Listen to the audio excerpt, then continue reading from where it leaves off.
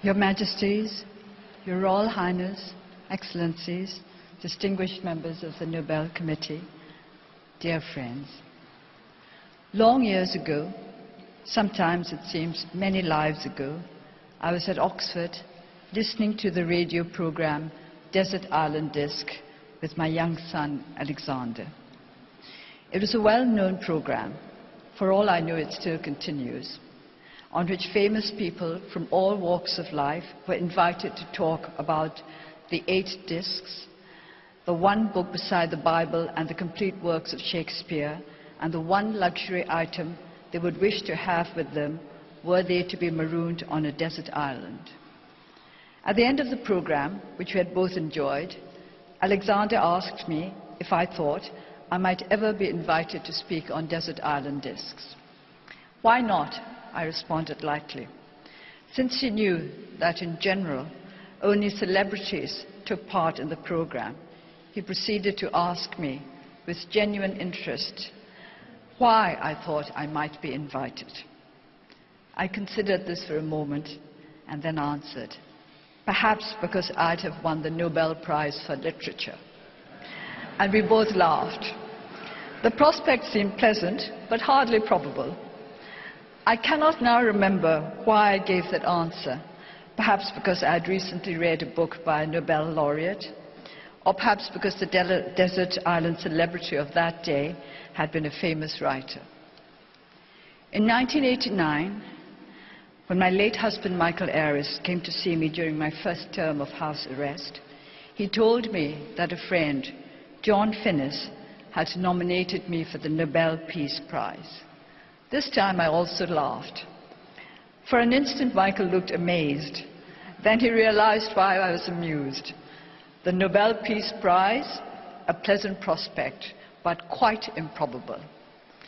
So, how did I feel when I was actually awarded the Nobel Prize for Peace? The question has been put to me many times, and this is surely the most appropriate occasion on which to examine what the Nobel Prize means to me and what peace means to me.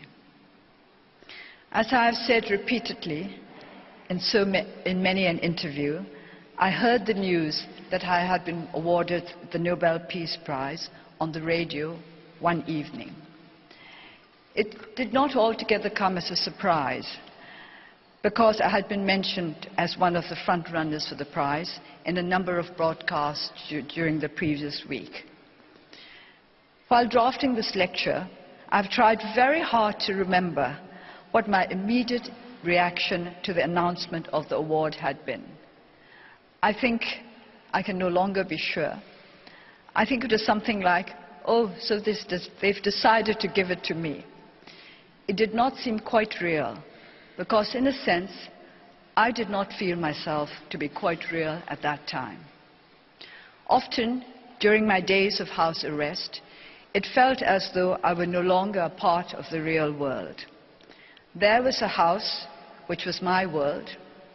There was a world of others, who also were not free, but who were together in prison as a community.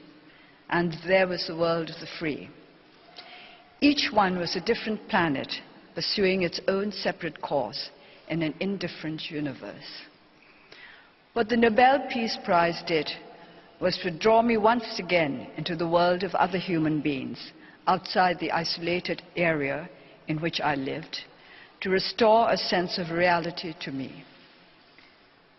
This did not happen instantly, of course, but as the days and months went by, and news of reactions to the award came over the airwaves, I began to understand the significance of the Nobel Prize. It had made me real once again. It had drawn me back into the wider human community. And what is more important, the Nobel Prize had drawn the attention of the world to the struggle for democracy and human rights in Burma. We were not going to be forgotten. To be forgotten. The French say that to part is to die a little. To be forgotten too is to die a little. It is to lose some of the links that anchor us to the rest of humanity. When I met Burmese migrant workers and refugees during my recent visit to Thailand, many cried out, "Don't forget us." They meant, don't forget our plight, don't forget to do what you can to help us, don't forget we also belong to your world. When the Nobel Committee awarded the Peace Prize to me, they were recognizing that the oppressed and the isolated in Burma were also part of the world. They were recognizing the oneness of humanity. So for me, receiving the Nobel Peace Prize means, personally, extending my concern for democracy and human rights beyond national borders. The Nobel Peace Prize opened up a door in my heart. The Burmese concept of peace can be explained as the happiness arising from the cessation of factors that militate against the harmonious and the wholesome. The word "nyenjang" translates literally as the beneficial coolness that comes when a fire is extinguished. Fires of suffering and strife are raging around the world. In my own country, hostilities have not yet ceased in the far north. To the west, communal violence resulting in arson and murder were taking place just several days before I started out on the journey that has brought me here today. News of atrocities in other reaches of the earth abound. Reports of hunger, disease, displacement, joblessness, poverty, injustice, discrimination, prejudice, bigotry. These are our daily fare. Everywhere there are negative forces eating away at the foundations of peace. Everywhere can be found thoughtless dissipation of material and human resources that are necessary for the conservation of harmony and happiness in our world. The First World War represented a terrifying waste of youth and potential, a cruel squandering of the positive forces of our planet.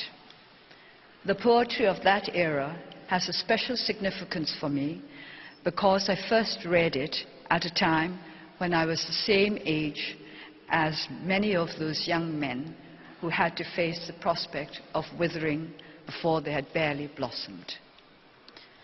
A young American fighting with the French Foreign Legion wrote before he was killed in action in 1916 that he would meet his death at some disputed barricade, on some scarred slope of battered hill, or at midnight in some flaming town. Youth and love and life perishing forever in senseless attempts to capture nameless, unremembered places. And for what? Nearly a century on, we have yet to find a satisfactory answer. Are we not still guilty, if to a less violent degree,